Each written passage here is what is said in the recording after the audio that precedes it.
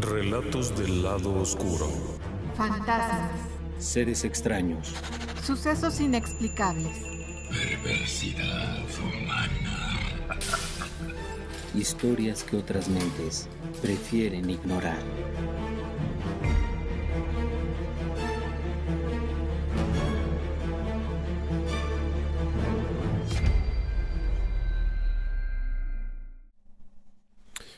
Cuando usted escucha hablar de un temible asesino, de un hombre violento, cruel, sin escrúpulos, sin ningún tipo de consideración ni empatía, seguramente se imagina que vive en algún lugar tenebroso. Quizá en algún edificio viejo, en un departamento escondido, oculto, todo raro. O inclusive podría usted pensar que vive en alguna cueva, o no lo sé, pero en un lugar muy extraño, muy propio para un hombre malo. Y probablemente la gente de un cierto lugar de Nueva Jersey, en los Estados Unidos, ha de haber pensado lo mismo. Y me refiero a uno de los suburbios, Dumont. La gente de la avenida Sunset Street seguramente tenía esa idea. La gente mala, los malvados, viven allá lejos en alguna caverna o algo, porque jamás se habrían imaginado que en ese bonito lugar donde viven, en donde hay unas casitas muy ordenaditas, en un suburbio intermedio, no son grandes mansiones, pero tampoco es un mugrero. Es un lugar agradable. Los vecinos son empleados de compañías, jefes, tienen una familia muy linda al estilo estadounidense, mamita, niñitos, hacen carnes asadas en la parte de atrás. Algunos tienen una alberquita para el verano, cosas de ese estilo. En el invierno no hay nada que hacer, hace mucho frío. Pero en este lugar los vecinos probablemente nunca se imaginaron que uno de esos vecinos era un hombre terrible. ¿Sí? Y es que en esa calle, en Sunset Street, había un hombre que parecía perfectamente normal. Un padre cariñoso, un hombre de trabajo, que se iba a trabajar y regresaba, que le estaba yendo bien, tenía una casa bonita, coche bonito, niños bonitos, esposa bonita, todo muy lindo, pero en realidad era un sujeto increíblemente peligroso. Era un tipo que se dedicaba a matar a otras personas. Y lo hacía por encargo, por negocio, por seguridad, es decir, para protegerse, y a veces simplemente por gusto. Es una historia tremenda, que comienza mucho tiempo atrás, porque los vecinos no saben que el agradable señor Kuklinski, en los bajos mundos de la mafia de Nueva Jersey y de Nueva York, es conocido como el diablo en persona. Es la forma en la que se refieren a él. Pero para todos es el señor Richard, el amigo aquel que vive en su casa y que de cuando en cuando hace barbacoas e invita a su familia y lleva a sus niños a la iglesia. Y a veces sale a pasear con su esposa agarrado de la mano. Ciertamente no lo parece. Y si uno se imagina un hombre perverso, déjeme que acabe de contarle su historia y probablemente cambie de punto de vista. Y eso me lleva a que este tipo tenía una doble vida completa. Pero esto había empezado mucho tiempo atrás. Richard Kuklinski nació en 1935, el 11 de abril. Su padre era un inmigrante polaco y su madre era hija de inmigrantes irlandeses, muy católica. Una mujer muy devota, muy cercana a la iglesia, pero una pareja sumamente cruel. El padre era un hombre abusador. De eso me queda claro. Era un hombre que golpeaba a su esposa, que golpeaba a sus hijos, que bebía, que se metía con prostitutas, que hacía todo lo que podía. Trabajaba en algo muy miserable, así es que el dinero tampoco alcanzaba. Y para colmo de males, era sumamente violento. ¿Quiere que le diga algo? Un día, en uno de esos arranques de ira, le dio un golpe tan fuerte a uno de sus hijos que lo mató. Un solo golpe, en la cabeza, lo mató. El chico se llamaba Florian y era el hermano mayor de Richard. En ese momento Richard tenía 5 años. Él vio cuando su padre mató a su hermano. Cuando la policía llegó a investigar, les dijeron que se había caído por las escaleras y se había roto el cuello. Y nadie investigó más. Tiempo después, el padre los abandonó. La madre siguió trabajando para mantener a la familia. Cualquiera pensaría que las cosas mejorarían, pero nada de eso. Mamá también era sumamente violenta, y solía golpear por cualquier cosa, ofender y gritar. La vida dentro de la casa de Richard no era algo agradable, pero afuera de la casa tampoco, y le voy a explicar otro detalle. En esas callejuelas de esa región de los Estados Unidos, en la época en la que Richard comenzaba a andar solo por la calle, era sumamente peligroso. Y además había pequeñas pandillas de delincuentes, algunos de 8, 9, 10 años, dirigidos por un pelado de 13 o 14, que asaltaban a los demás para robarles aunque fuera el sándwich. Cuando iban a la escuela, robarles el lunch, la chamarra, los guantes, lo que fuera, golpearlos o simplemente atemorizarlos. ¿Y sabe algo? A Richard ya lo habían agarrado de su puerquito. Así es como se dice en México. Es decir, que ya lo tenían en la mira y constantemente era agredido, golpeado, vejado de las más diversas formas. La forma en la que Richard Kuklinski, dejaba esto atrás, o lo absorbía o lo manejaba, no sabría cómo decirlo. Lo procesaba. Era lastimando a los indefensos. En este caso, enfocaba su ira hacia los gatos, los perritos de los vecinos, las palomas, lo que hubiera por ahí cerca. De esa manera, sacaba su ira para después ir a la iglesia y ser monaguillo. Pero Richard seguía teniendo esta ira dentro. Era un chico que estaba a punto de estallar, y aquello ocurrió. Richard Kuklinski tenía cara bonita, era un niño bonito. Pero en 1949 mató a uno de sus rivales. Un sujeto, un buleador, un abusivo. Tenía una pequeña pandilla este tipo y constantemente atacaban a Richard. Lo golpeaban, le hacían toda clase de maldades como quitarle la ropa y dejarlo desnudo en la calle y cosas así. Uno de esos días cuando Richard va saliendo de la escuela, tiene 13 años, lo agreden. Richard decidió que era el último día que viviría eso. Fue a casa, desmontó la barra del colgador de ropa, de un ropero, de un placard, salió y se escondió detrás de un bote de basura a esperar. Cuando el chico aquel, más grande, pasó por ahí, el nombre de aquel chico era Charlie Lane. Richard salió a su paso y antes de que aquel tipo pudiera decir una palabra, le soltó un golpe en plena cara con aquella cosa, con aquella vara. Y acto seguido siguió golpeando y golpeando y golpeando y golpeando y golpeando. Hasta que lo mató. El mismo Richard declararía esto, contaría esta historia. Dando dos versiones, en dos entrevistas diferentes lo contó dos veces, de diferente forma. En una dijo que simplemente lo abandonó y el tipo murió.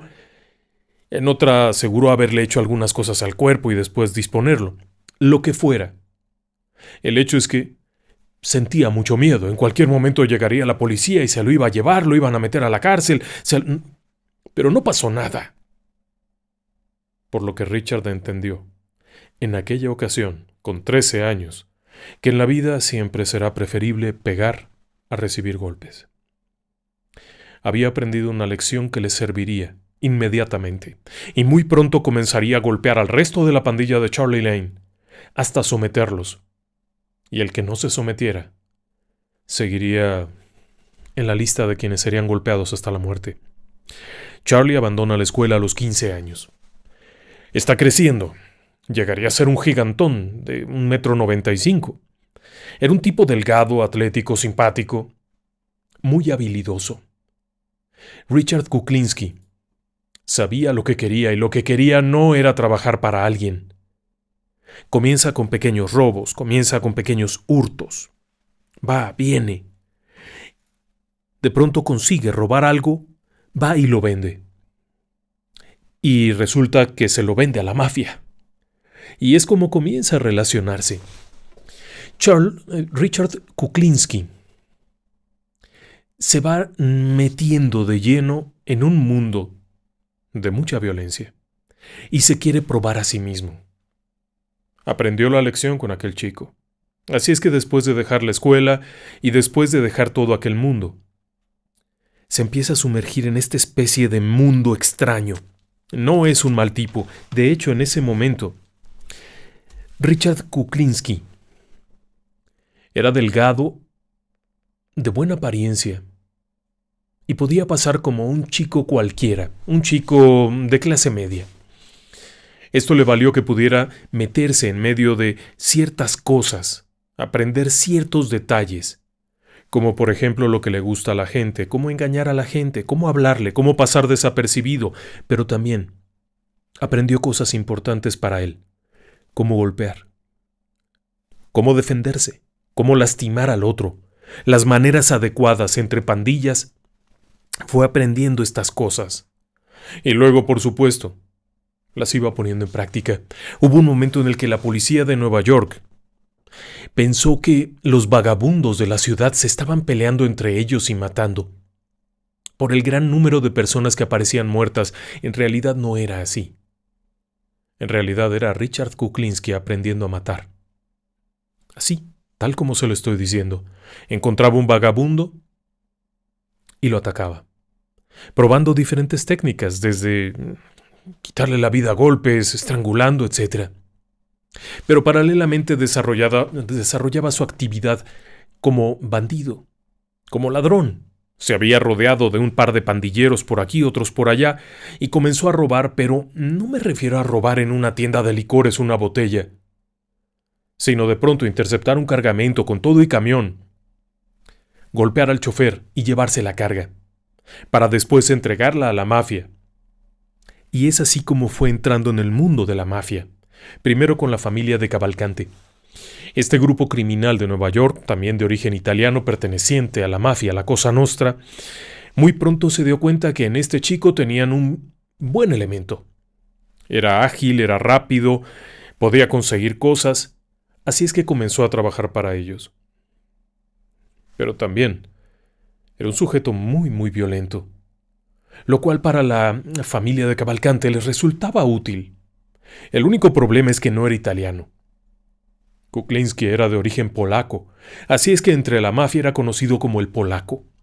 No podía ser miembro de la familia, para eso tenía que ser italiano, pero podía ser un agente externo.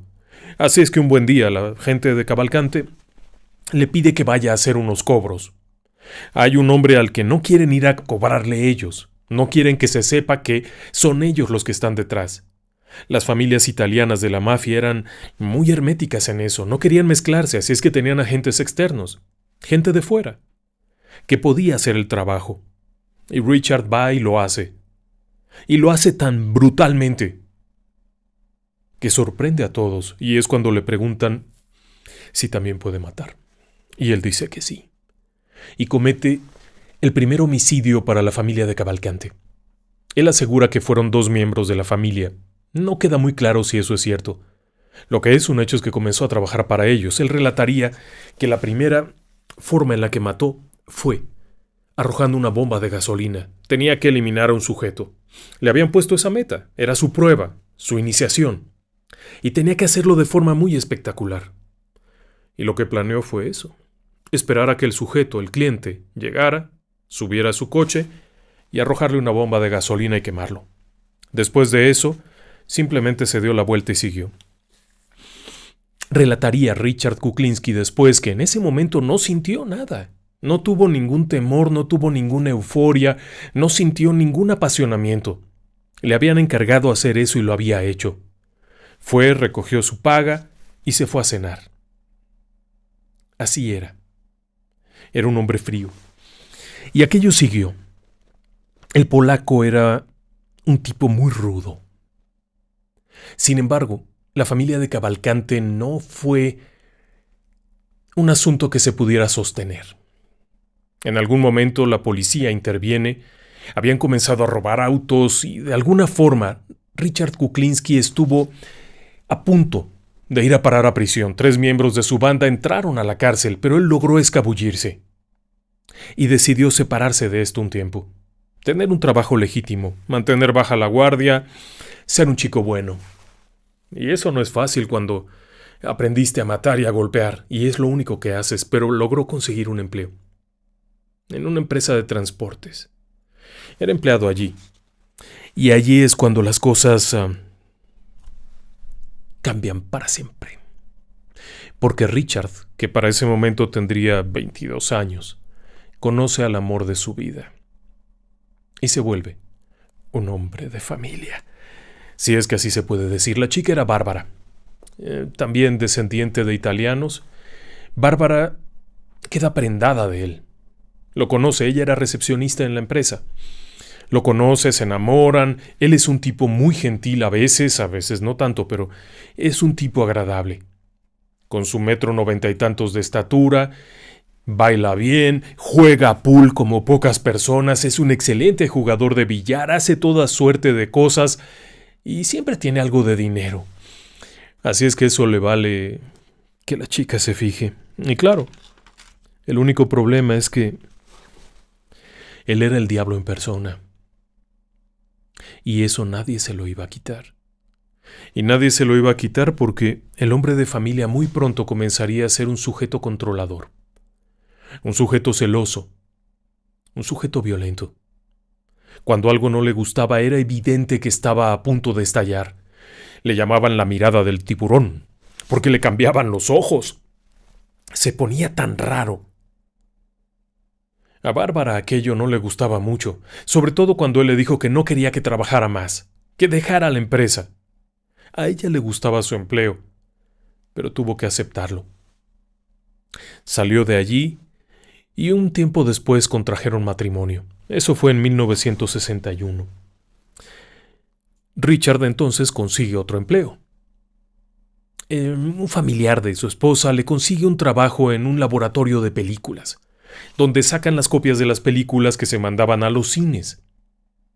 Y Richard comienza a trabajar ahí, aprende del negocio, se mueve, le está yendo más o menos bien. Pero el dinero ganado honestamente no es suficiente.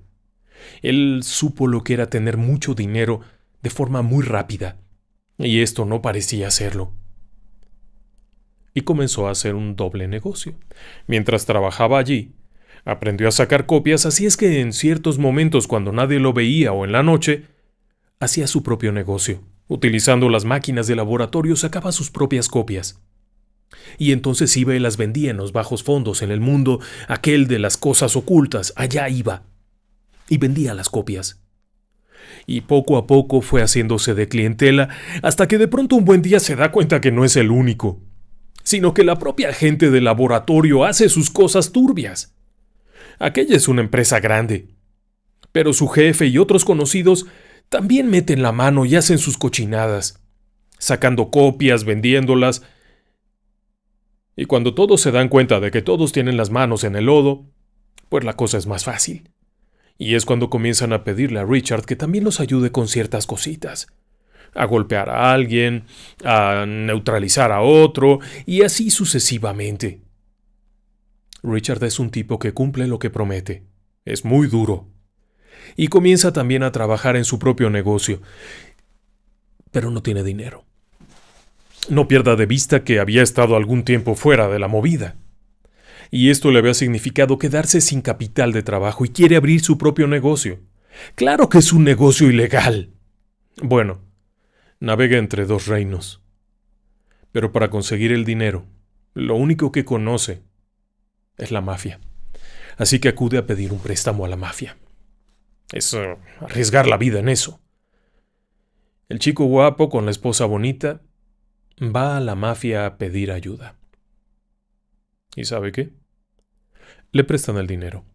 Y precisamente se lo pidió a una agrupación perteneciente a la familia Gambino, una de las más peligrosas mafias de Nueva York. El hombre que le prestó el dinero era Roy DeMeo, un matón, prestamista, extorsionador, ladrón, asesino, un tipo de lo más peligroso que había.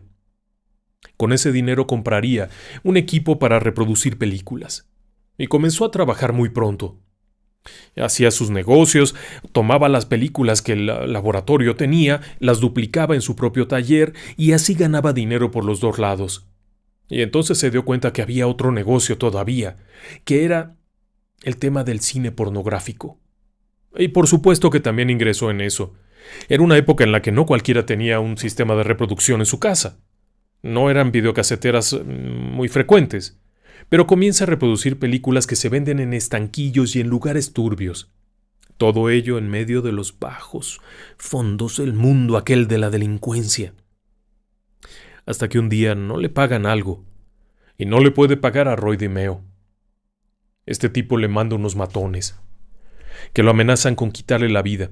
Si no paga, era un miércoles, y si no pagaba para el viernes, lo liquidarían. Él decidió jugársela e ir allá, hablar con ellos, decirles quién era y lo que podía hacer. Llevó algo de dinero y logró convencer a aquella gente. La mafia había votado por él.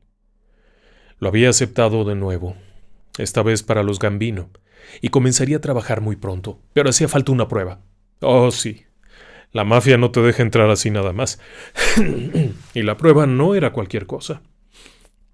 Según el mismo Richard narraría, cuando finalmente llega a un acuerdo con Roy DeMeo, de que van a hacer negocios, de que le va a llevar cosas, van a vender cosas robadas y todo aquello, le pide una prueba de su lealtad. Y la prueba consistió en subirlo en un coche. Roy DeMeo va manejando y de pronto en un parque se detiene y le dice: ese tipo de allá. Richard Kuklinski baja del auto, camina hasta la acera, con su 1,90 y tantos de estatura, comienza a caminar y de pronto frente a él aparece un hombre, un señor cualquiera, paseando un perro. Kuklinski sigue caminando, saluda cortésmente al hombre del perro, sonríe. Cuando el hombre pasa a su lado, Richard se da la vuelta, saca un revólver y dispara contra la cabeza de aquel hombre. Guarda el revólver, vuelve al auto y se van. No lo conocía. Ninguno de los dos sabía quién era ese hombre. Era un señor cualquiera, una persona que iba caminando con su perro en la calle y lo acababa de matar, y no había experimentado la más mínima sensación de tristeza o de pena o nada. Acababa de lograr su entrada a una de las peores familias de la mafia. Y sí, a partir de ese momento las cosas irían más. Comenzaría a trabajar en negocios de robo. Se haría de un grupo de criminales que le ayudarían a robar. Robaba de todo. Lo que no se imagina podía robar. Por encargo robaba autos. Era muy ágil en eso. Pero también por encargo podía ir a cobrar. Si alguien debía dinero a Roy DeMeo le pediría al polaco que fuera y lo cobrara. Y eso significaba que si no lo podían pagar, los mataría. Pero también le encargaban crímenes. Que los matara, que matara a alguien. Le podían pagar $30,000 o $50,000 por un asesinato, aunque a veces era mucho menor. Si era un criminal de baja monta, podía ser menos. Pero si era un jefe o algo importante, le pagarían bien. El dinero no fallaba. Eso es un hecho. Pero Richard no solamente se dedicaba a trabajar para la mafia. Era un agente libre. Eso significaba que cuando lo necesitaran lo llamarían, o cuando él tuviera algo que ofrecer, iría a verlos para hacer negocios. Por ejemplo, cuando robaba un camión con cierta carga, iría a ver a la mafia para ofrecérselos primero a ellos. Si no les interesaba, él era libre de venderlo donde quisiera. Normalmente el trato era bueno. Así es que todo marchaba bien.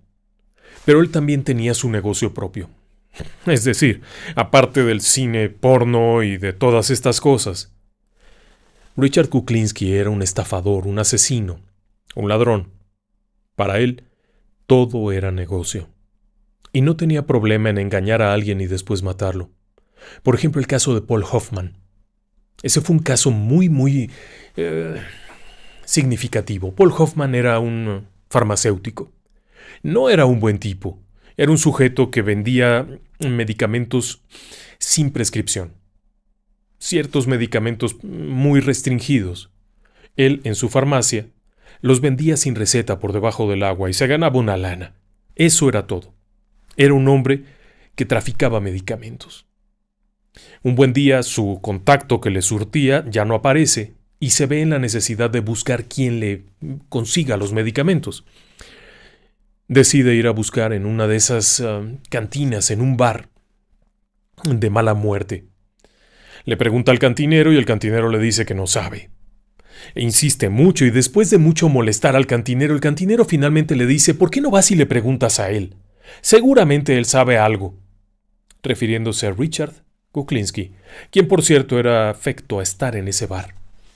Cuando Paul Hoffman se acerca y le dice: oye, me dicen que tú puedes conseguirme cosas, mira, yo necesito esto y esto, son unos $25,000 de medicamentos de este tipo y de este otro, ¿crees que puedas conseguirlo? Sí, por supuesto. Kuklinski era un gran actor. Sí. Era un hombre que podía tener una cara de normalidad absoluta y dar confianza. Hoffman creyó eso. Así es que Kuklinski a los pocos días le llama y le dice: oye, ya tengo el negocio hecho. ¿Cuándo nos vemos para que te entregue los medicamentos? Tal día. Muy bien. El día anterior Richard le llama y le dice: no, no se puede. Cambió el precio. Ahora va a ser más caro. Por supuesto que Hoffman, el farmacéutico, se desespera y le dice de cosas. Pero Kuklinski le repite: si lo quieres, así es. Finalmente Hoffman acepta. 3 días después le vuelve a llamar y le dice: oye, está demorado esto, hay problemas, vamos a necesitar más dinero. Hoffman se desespera y grita. Pero Kuklinski sabía lo que hacía. Era una técnica que había ensayado mucho. Esa técnica de engaño era algo que dominaba plenamente. Finalmente un día llama a Hoffman y le dice: ya está. Nos vemos en tal parte. Hoffman llega allá en su cochecito. Cuando se acerca Kuklinski le dice: ¿traes el dinero? Sí, sí lo tengo. ¿Dónde está el producto que quiero? Ahora llega, no te preocupes. Ya viene para acá. ¿Dónde tienes el dinero? Quiero contarlo. Antes que otra cosa. Cuando Hoffman saca el dinero, Kuklinski saca una pistola, se la pone en la cabeza y le dice clara y contundentemente: no existe tal mercancía. Y después dispara. Era una técnica que usaba. Lo hacía para engañar a la persona, que creyera que el vendedor estaba tratando de ganar más dinero. Esa idea de decirte: no, ahora va a ser más caro, lo que hace es que crees que realmente existe y no te permite salir huyendo. Estás convencido de que te quieren ver la cara de turista y te quieren vender más caro lo que tú necesitas. Pero como todo era ilegal, eso no era un problema. Así es que los peces caían fácilmente, pensando que sí había el producto, pero que estaban subiéndoles el precio y demás, cuando en realidad no existía nada. Después de asesinar a Paul, Kuklinski lo metió en un tambo, lo llenó de concreto y fue y lo dejó en un puesto de hot dogs. Era una puntada rara. Lo dejó allí, porque en algún momento Hoffman le dijo que en ese puesto vendían muy buenos hot dogs. Y fue y dejó allí a un lado el tambo con el cadáver. E iba a comprar hot dogs periódicamente solo para ver el tambo. Era una forma macabra de pensar. Un buen día alguien pasó por ahí limpiando, recogiendo del municipio y se llevaron el tambo. El hecho es que el cuerpo de Hoffman nunca fue encontrado. Ese tipo de cosas era algo que le permitía hacer sus negocios por su cuenta. Agarrar pichones. Pero eso no era todo. Porque obviamente, como gatillero, era un gatillero muy eficiente. Era un tipo que no hacía preguntas, salvo lo mínimo necesario, aquello que necesitaba saber. También hacía otras cosas. Por ejemplo, el fraude. Engañar a la gente con cheques falsos y cosas de ese estilo. Todo lo que se pudiera lo hacía. Y tenía contactos. Eso lo había llevado a que fuese, por una parte, muy respetado entre los bajos mundos, porque era muy violento y muy peligroso, y por otro lado que fuera apreciado por la mafia, porque era un hombre que cumplía lo que prometía y al mismo tiempo era confiable, de que guardaría silencio. No preguntaba más y no le importaba de qué se trataba. Él simplemente tomaba lo que tenía que hacer, muy en serio. Pero al mismo tiempo era un hombre de familia. Déjeme que le platique un poco. Él decía que la familia es primero. Richard Kuklinski no tomaba. No tomaba nada de alcohol, no se emborrachaba, no consumía ningún tipo de droga y no acudía con servicios de prostitución.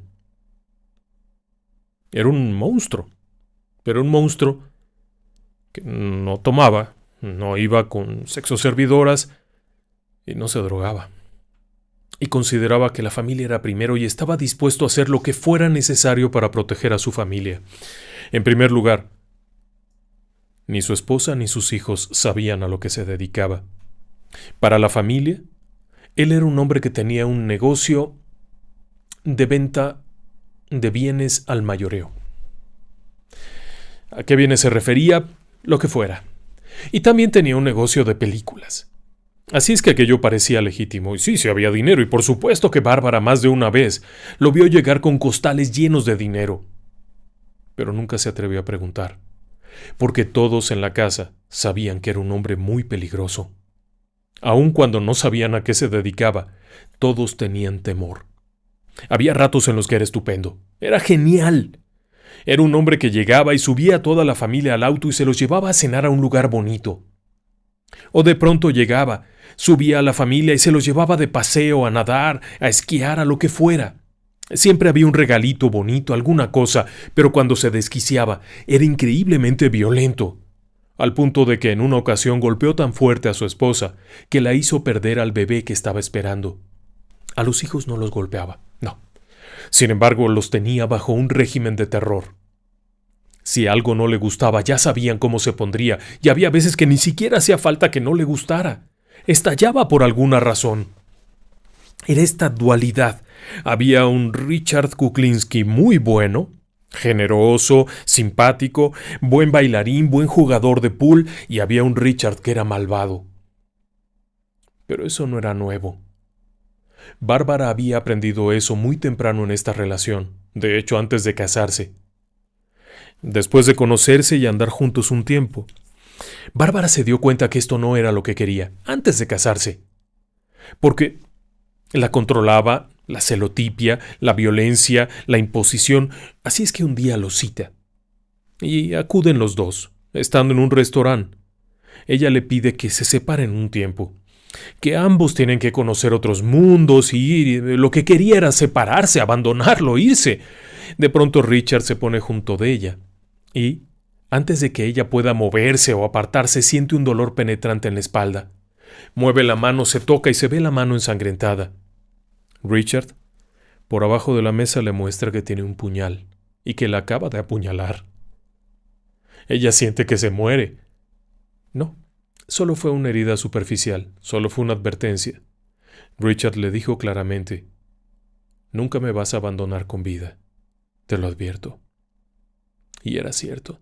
Bárbara tuvo que casarse por miedo, porque sabía que Richard la mataría a ella y probablemente a toda su familia. No tuvo opción. A los hijos no los lastimó nunca. Pero el terror psicológico de saber que tu padre golpea a tu madre y que es un hombre increíblemente peligroso era muy real. Y al decir increíblemente peligroso, es que no necesitaba que alguien le pagara para matar a otra persona. Él mismo narraría que en cierta ocasión un chico en un auto, mientras manejaban, se hizo de palabras con él, un incidente de calle. Richard bajó de su auto, lo golpeó con tal fuerza que le quitó la vida y después lo arrolló. Y eso no era tan raro. Era un hombre sumamente violento. Pero a partir de ahí, todo esto, sumado con el hecho de que su familia era primero, daba una imagen muy rara. Era un tipo desquiciado que podía llegar a su casa a platicar con sus hijos, a contar cosas, sentarse a ver un televisor, justo después de haberle quitado la vida a 2 o 3 tipos. Eso no era vida. Aun cuando no supieran a qué se dedicaba, eso no era vida. Por otro lado, era un sujeto muy celoso de su propia familia. No permitía que la gente con la que trabajaba en la mafia supiera nada de su vida personal, ni siquiera dónde vivía, mucho menos si tenía hijos o no. Todo eso lo hacía para protegerlos, y siempre con la idea de lo que él había vivido de niño, los horrores que había vivido. Ahora, fuera de eso, era un tipo muy duro. Kuklinski solía matar de muchas formas, muy variadas. Sabía asesinar con una pistola. De hecho, siempre llevaba 3.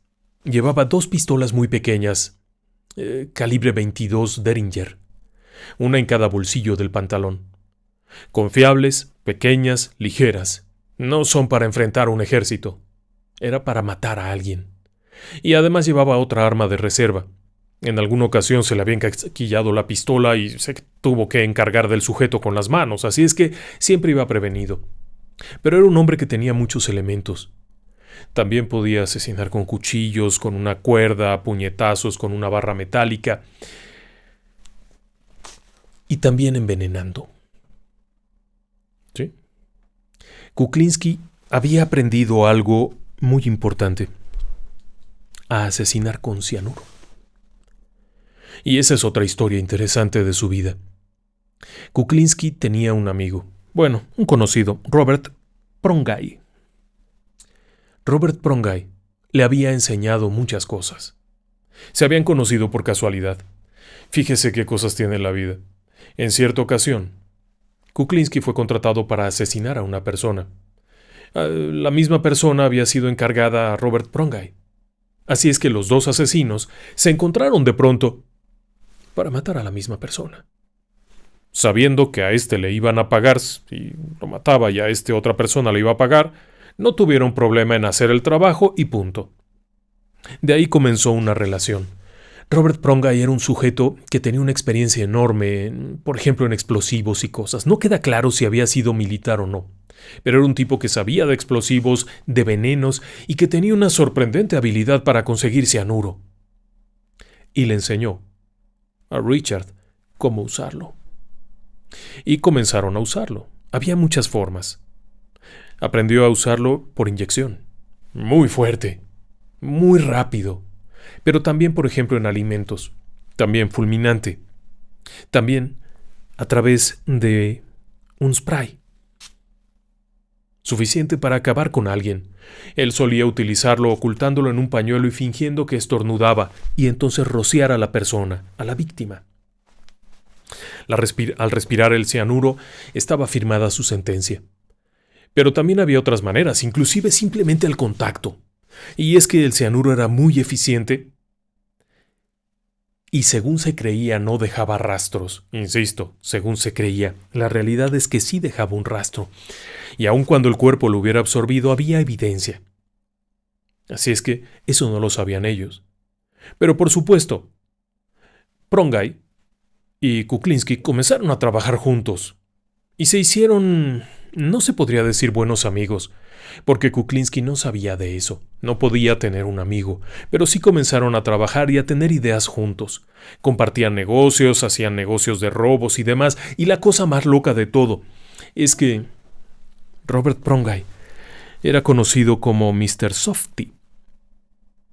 Mr. Softy, porque Softy es una marca de camiones de helados. Y por ahí debe de haber una imagen de un camioncito de helados.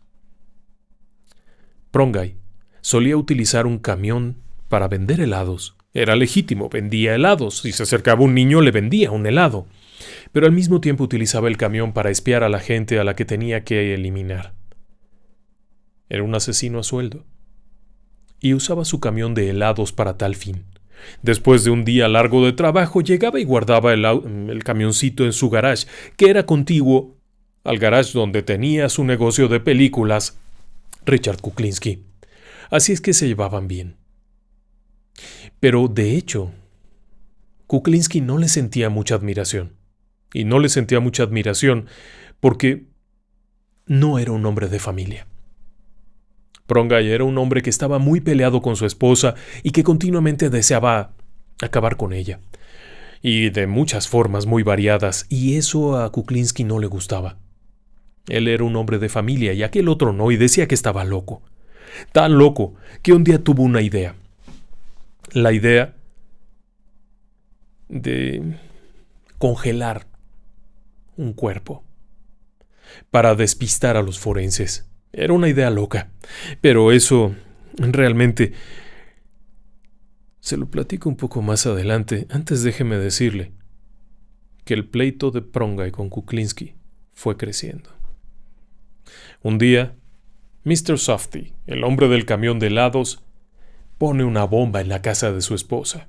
Compró un mundo de cohetes y de cosas de pirotecnia, llenó el sótano y le prendió. Aquello explotó, pero la esposa no sufrió el accidente.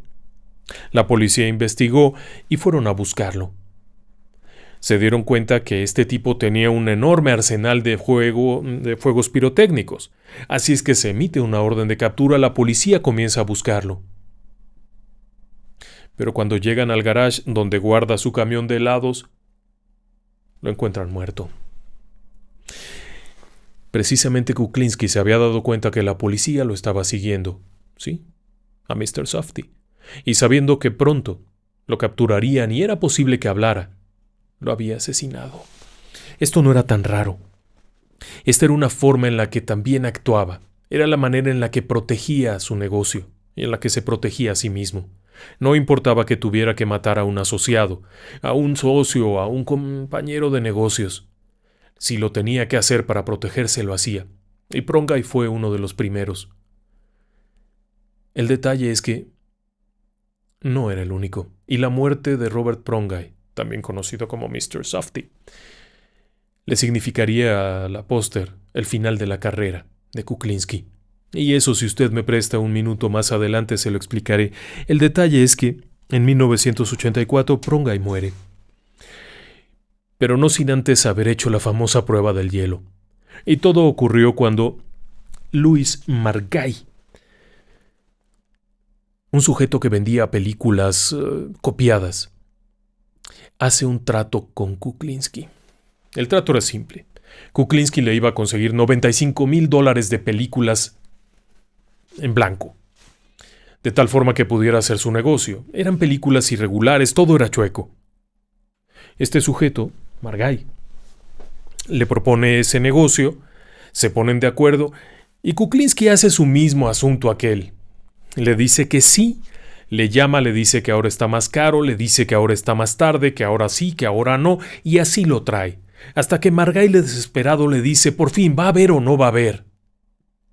El asunto está en que, ya sabe usted en qué termina esto. Un día lo cita, cuando Margay llega le dice, ¿tienes el dinero?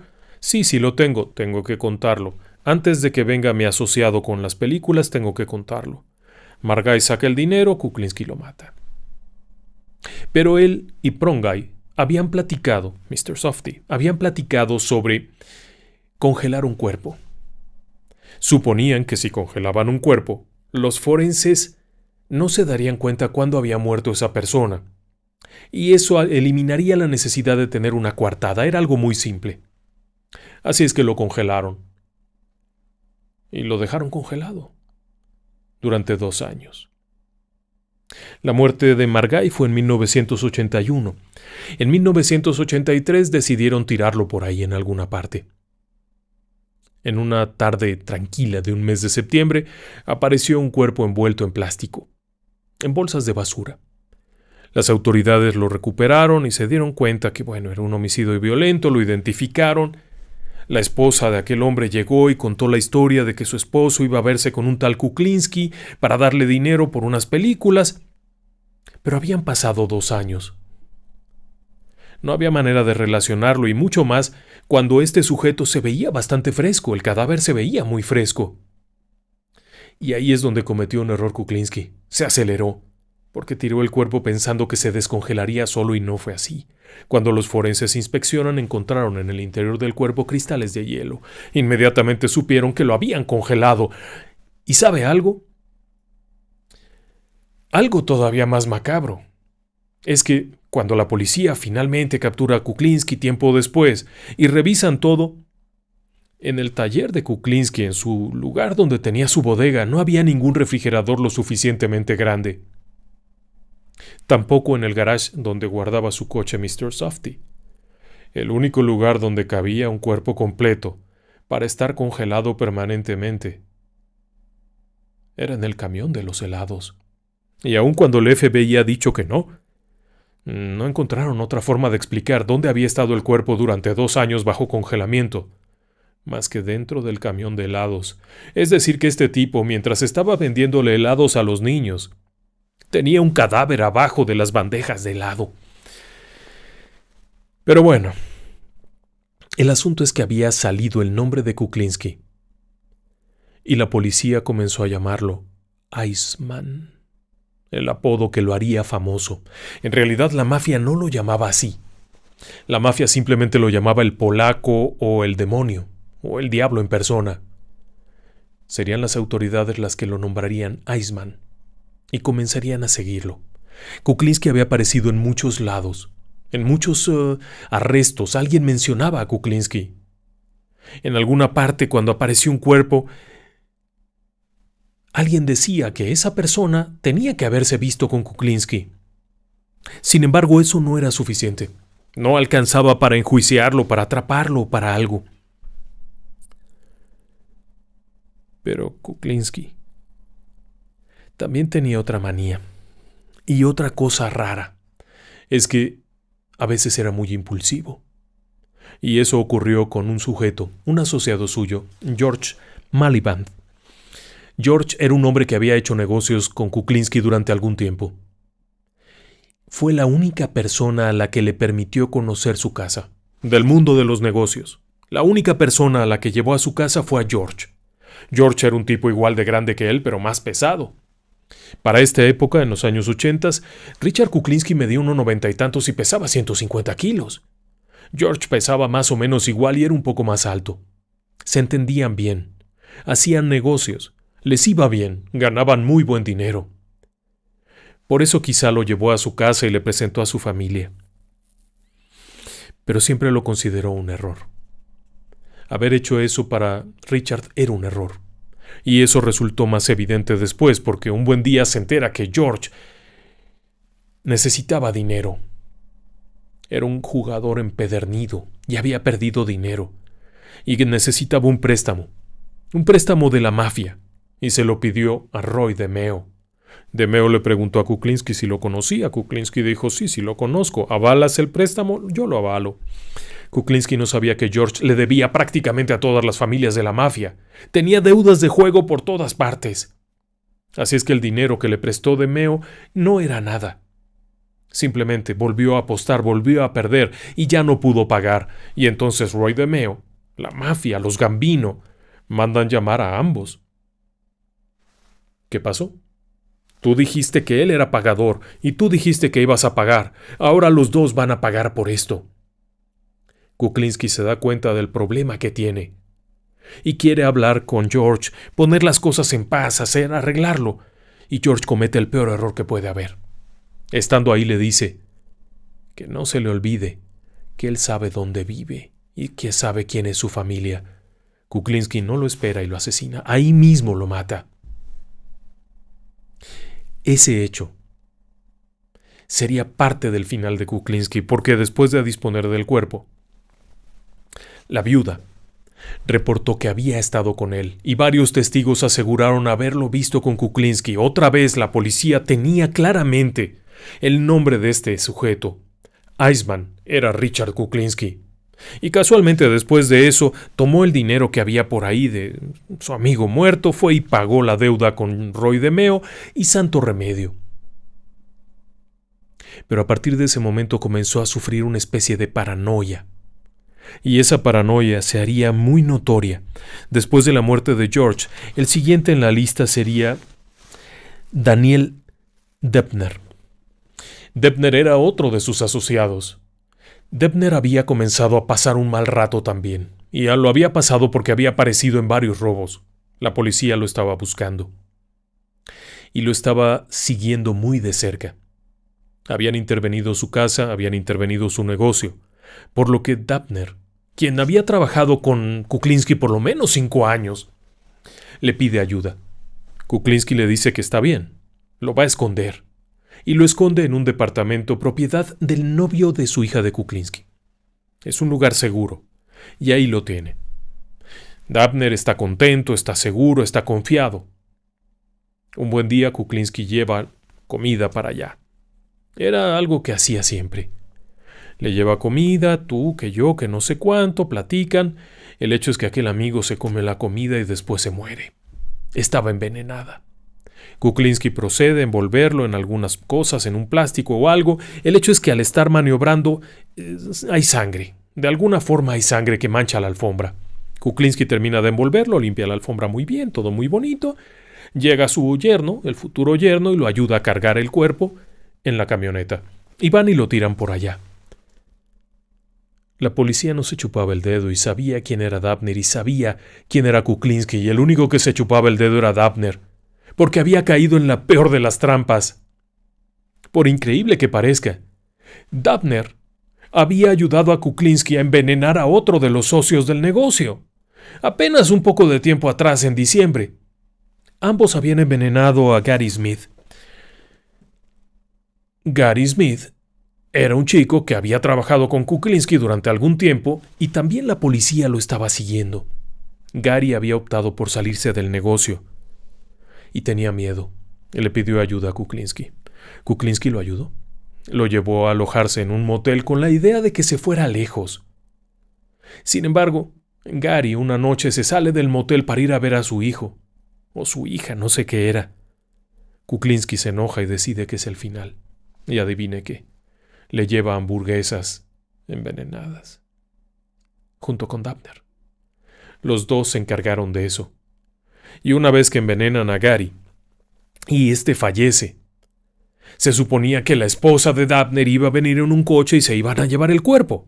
Pero nunca llegó la esposa, se perdió y no dio con el hotel. Así es que desesperados optaron por meter el cuerpo entre el box spring y el colchón. Ahí lo pusieron y se fueron. Al cuarto día, una pareja que había rentado la habitación llamó a la oficina para quejarse, porque al momento de que estaban ocupando la cama para aquellas cosas que se hacen en un motel en la madrugada, no podían acomodarse, había algo ahí feo, y cuando movieron el colchón aquello apestó horrible. Fue como descubrieron a Gary. Casualmente varios testigos habían visto a Gary con Kuklinski, y la policía lo sabía. Pero aquí había un problema más, y es que Kuklinski había borrado las huellas, por lo menos es lo que él pensaba. Pero esto no era fácil, porque si bien la policía local estaba muy involucrada, la mafia había permeado todo. Se había metido a la policía, se había metido al gobierno, bueno, en todas partes se había metido la mafia. Lo que no sabía la mafia es que la ATF, la Agencia de Alcohol, Tabaco y Armas de Fuego, una agencia federal, el FBI, el Buró Federal de Investigaciones, la Policía Estatal y varias agencias de gobierno habían hecho lo mismo. Se habían infiltrado en la policía local de Nueva York y habían identificado a los policías corruptos. Se habían infiltrado en la mafia y sabían quién era quién. Y tenían en la mira a Kuklinski. Pero ahí viene la parte interesante de esto. Las agencias policíacas que intervenían sabían que lo podían capturar, pero difícilmente lo iban a enjuiciar. No podían, no tenían la evidencia para ello. Si lo capturaban, y un juzgado y una serie de personas ahí del jurado lo liberaban, no solamente perderían a este criminal y volvería a las calles, sino que probablemente la mafia lo mataría. Perdían todo, y es que estaban interesados no tanto en quitarlo de circulación, no tanto en castigarlo, sino en atraparlo y obtener información valiosa, negociar con él. Eso era lo que buscaban. Este era un gatillero de la mafia, lo que sabía, podía enviar a la mitad de los Gambino a la cárcel. Había que capturarlo, y fue cuando las agencias se sincronizaron y comenzaron a trabajar juntas en la llamada Operación Iceman. Pero ¿cómo capturas a un asesino de este tipo? Un hombre que no tenía problema en escabecharse a cualquiera, así fueran sus socios, sus amigos, sus compañeros. Y fue cuando la policía, estas agencias, se dan cuenta de un detalle. El que suministraba el cianuro para los crímenes era Mr. Softy. Cuando mató a Mr. Softy se quedó sin proveedor de cianuro y se quedó sin cianuro. Detrás de toda esta información, deciden entonces arriesgarse e infiltrar a alguien. Y ese alguien sería Dominic Polifrone. El agente federal Dominic había sido agente encubierto en las mafias en un buen tiempo. Conocía el movimiento, sabía cómo moverse, conocía cómo se trataban, etc. y se fue acercando. Pero para acercarse a Kuklinski no era nada más llegar y tocar en el hombro. «Perdón, ¿es usted el asesino? ¿Podría matar a alguien por mí? No se puede hacer eso». Lo que hizo fue acudir con Phil Solimene. Solimene era dueño de un negocio que vendía cosas robadas. Y resulta que uno de sus proveedores era Kuklinski. Pero Phil Solimene era informante de la policía federal, de las agencias federales. Es decir, que la mafia no sabía que sus propios miembros eran parte de las agencias federales. Era una operación mayor. Todo estaba funcionando. Así es que un día Phil conecta a Dominic con Kuklinski, quien se entera de que tiene que asesinar a un chico que le está molestando. Es un mafioso menor de otro grupo. Inclusive se lo enseña y resulta que el mafioso menor de otro grupo en realidad es otro agente federal. Y acuerdan negocios y hablan con él y fingen que van a hacer operaciones, pero Dominic, que se presenta con otro nombre, le dice a Kuklinski que en realidad quiere que lo acabe. Kuklinski le dice que el problema es que ¿cómo quiere que lo haga? Dice, con veneno, cianuro. No tengo cianuro, no te preocupes, yo lo consigo, pero tú encárgate. Vamos a fingir que vamos a hacer una operación y tú te encargas. Sí, está muy bien. Total, Dominic Polifrone, que es un agente federal, le entrega a Kuklinski el supuesto veneno. En realidad no era veneno, era quinina u otra cosa. Kuklinski acepta aquello y comienzan a platicar. Polifrone lleva un micrófono y Kuklinski se suelta platicando lo que no se imagine, como pajarito cantando, contando cómo asesinó cuántos, no sé qué, todo lo que ha hecho. Le contó aquello de la ballesta, ¿sabe?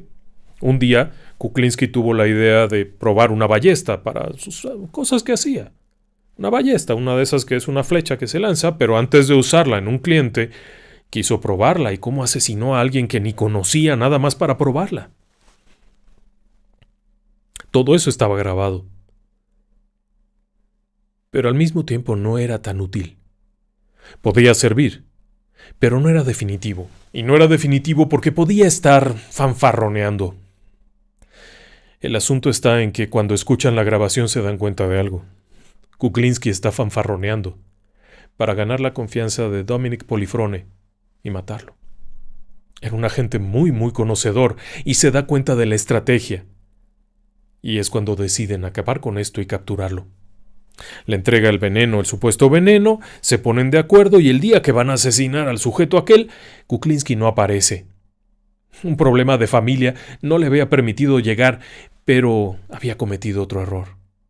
Había tomado aquello que él creía que era un veneno y efectivamente lo había puesto en la comida. Las autoridades deciden intervenir en ese momento y llegan a la casa y lo arrestan. Cuando iba saliendo con su esposa para arreglar algún asunto y casualmente en la cajuela del auto estaba la comida envenenada. En realidad no era veneno, pero estaba la comida. Intento de homicidio. Tentativa, pues. Pero además encontraron otras cosas. Encontraron un tesoro. Un arma ilegal en el auto. Y el auto estaba a nombre de la esposa. Así es que una vez que arrestan a Kuklinski, arrestan a la esposa y con esto lo chantajean. Tenían el cuadro completo, tenían la grabación con sus declaraciones que había hecho acerca de sus crímenes. Tenían el intento de homicidio por la comida envenenada, supuestamente, y ahora tenían a la esposa presa para negociar. Si reconoces los crímenes, tu esposa no va a ir a prisión, pero tienes que confesar. Aún así, las autoridades no estaban completamente seguras de poder ganar un juicio. Y entonces apareció el que había sido novio de su hija, declarando que él no sabía qué era lo que habían sacado aquella vez de su departamento. Las autoridades llegan al departamento, arrancan la alfombra y está la mancha de sangre. Era el final de Kuklinski. Su primer gran error fue haber acabado con Mr. Softy, que era su proveedor de cianuro. Su segundo error, haber eliminado a sus propios socios, de la manera en que lo hizo, porque de esa forma lo pudieron reconocer y ligar a cada uno. Fue preso.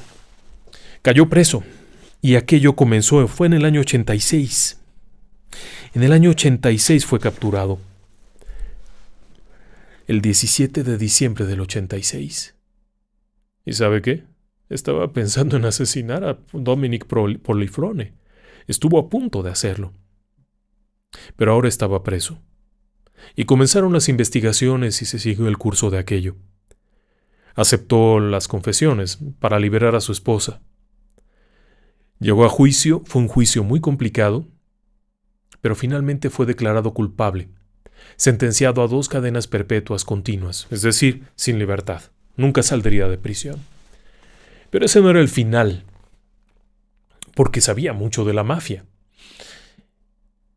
Y quería estar en las cámaras, y quería ser famoso. Y en el año 92 fue entrevistado ampliamente para un documental de una cadena de televisión estadounidense. Era un documental donde hablaba de sus crímenes, de cómo hacía, se llamaba The Iceman, la historia de un hitman, de un asesino. Fue muy popular aquello. Era hablar con un miembro de la mafia. Y en la entrevista habló y habló y habló y reconoció cómo hizo esto y hasta reconoció haber asesinado a un policía corrupto. ¡Pum! Segundo juicio, otros 30 años. Resulta que sí existía el policía y nunca habían encontrado al delincuente que lo había matado. Al decir eso en la tele era una confesión. Otros 30 años. El hecho es que siguió dando entrevistas, se escribieron libros e incluso hay una película por ahí. Pero la realidad de las cosas es que era un tipo terrible. Su familia trató de mantener el anonimato, de buscar recomponer sus vidas, de rehacerlas. No es fácil ser la hija de un homicida. Él aseguraba haber matado unas 250 personas. Las autoridades no creen que fueran tantas. Es más, el FBI tenía serias dudas respecto a sus testimonios acerca de las cosas que decía haber hecho. Vaya, desde el primer crimen. Había dudas al respecto, podía estar blofeando para ganar un prestigio, no lo sé. Lo que era un hecho es que sí tenía contacto, y sí había cometido muchos crímenes. De hecho, alardeaba que él mismo había participado en la muerte de Roy DiMeo, un capo de la mafia, y que incluso había estado relacionado con la desaparición de Jimmy Hoffa. Cosas que las autoridades nunca han creído. Pero en un cierto momento ofreció entregar información sobre Sammy the Bull, un líder de la mafia, a cambio de algo. Pero entonces no pudo participar en el juicio porque se murió. Falleció en 2006, pocos días antes de que le tocara pasar al estrado a testificar contra Sammy the Bull, el toro. La causa de la muerte fue una causa completamente natural. Bueno, eso fue lo que dijo la autoridad, que había sido por causas naturales. Sin embargo, tenía 70 años, era un hombre muy fuerte, estaba muy sano y repentinamente se murió. Y el juicio contra Sammy no prosperó. Así es que al final del día muchas personas creen que Kuklinski fue asesinado en prisión. Probablemente con cianuro, tal como él siempre lo había hecho. Había probado una sopa de su propia medicina. Es lo que algunos creen. En realidad es difícil saberlo. Lo que es un hecho es que era un tipo muy peligroso.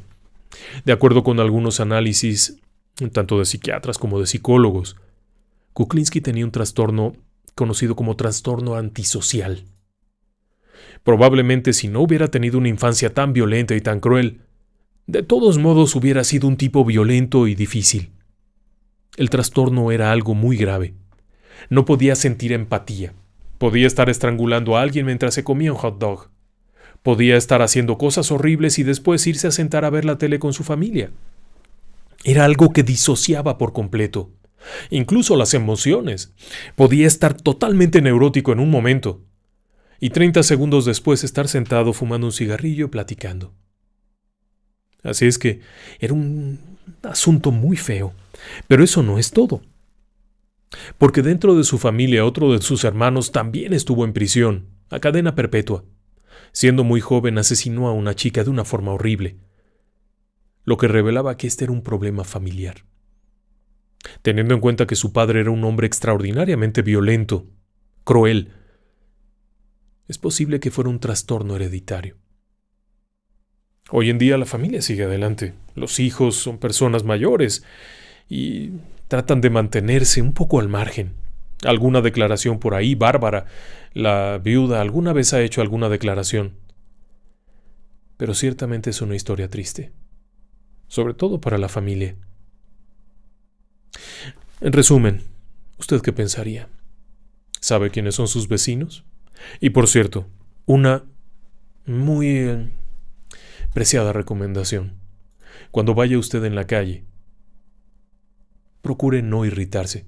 Manejando, no irritarse. Nunca se sabe qué clase de loco va manejando junto.